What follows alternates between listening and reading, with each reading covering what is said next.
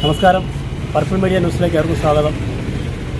ഇന്നത്തെ പ്രധാന വാർത്തകൾ: കൊല്ലം ശങ്കേഴ്സ് ആശുപത്രിക്കും ആരാനമഠം എന്ന സ്ഥാപനത്തിനും മധ്യഭാഗത്തുള്ള റോഡിൽ അനധികൃതമായ മാലിന്യം വലിച്ചെറിയുന്ന കാരണത്താൽ തെരുവുനാളുടെ ശല്യം വർദ്ധിക്കുന്നു. ഈ പ്രദേശത്ത് രാത്രികാലങ്ങളിൽ ഇരുട്ടിൻ്റെ മറവിലാണ് ചില സാമൂഹിക വിരുദ്ധർ ഈ മാലിന്യം അവിടെ വലിച്ചെറിയുന്നതായി പ്രദേശവാസികൾ പറയുന്നു. ഈ മാലിന്യം കുന്നുകൂടുന്ന സാഹചര്യത്തിൽ ആ പ്രദേശത്ത് തെരുവുനാളുടെ എണ്ണം വർദ്ധിക്കുന്നു.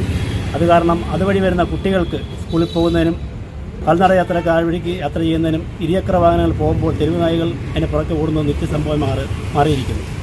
ഇതിനെ അറുതി വരുത്തുവാൻ ബന്ധപ്പെട്ട അധികാരികൾ നടപടി സ്വീകരിക്കണമെന്ന് ഈ പ്രദേശവാസികൾ പറയും. നമസ്കാരം. പർപ്പിൾ മീഡിയയിലേക്ക് ഏവർക്കും സ്വാഗതം. നമ്മൾ കൊല്ലം ശങ്കേഴ്സ് ആശുപത്രിക്കും ആരാനമഠം എന്ന സ്ഥാപനത്തിനും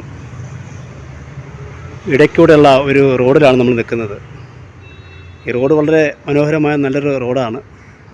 ശങ്കേഴ്സിനടുത്ത് നിന്ന് ചിന്നക്കടയിൽ നിന്ന് വരുന്ന ആളുകൾ ശങ്കേഴ്സിനടുത്ത് നിന്ന് ഇടത്തോട്ട് തിരിഞ്ഞ് നേരെ ഈ റോഡിൽ പഞ്ചാരമുക്ക് എന്ന സ്ഥലത്ത് എത്തുകയും അവിടുന്ന് നേരെ ആശ്രാമം 4 വരി പാതയിലേക്ക് കയറുന്ന റോഡിൻ്റെ ഭാഗമായിട്ടുള്ളതാണ്. വളരെ നല്ല രീതിയിൽ നിർമ്മിച്ചിട്ടുള്ള മനോഹരമായ റോഡാണ്.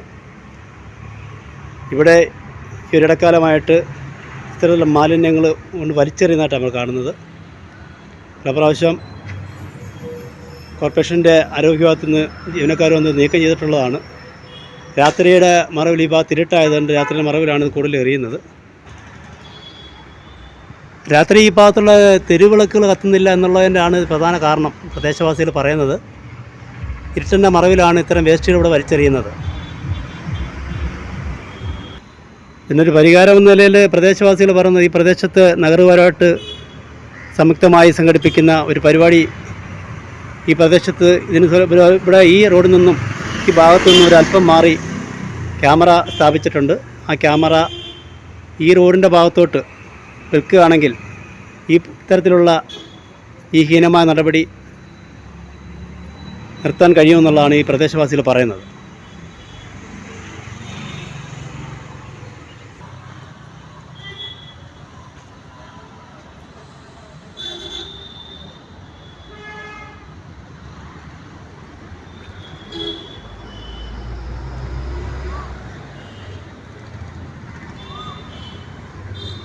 കൊല്ലത്തു നിന്നും പർപ്പിൾ മീഡിയ ന്യൂസ്.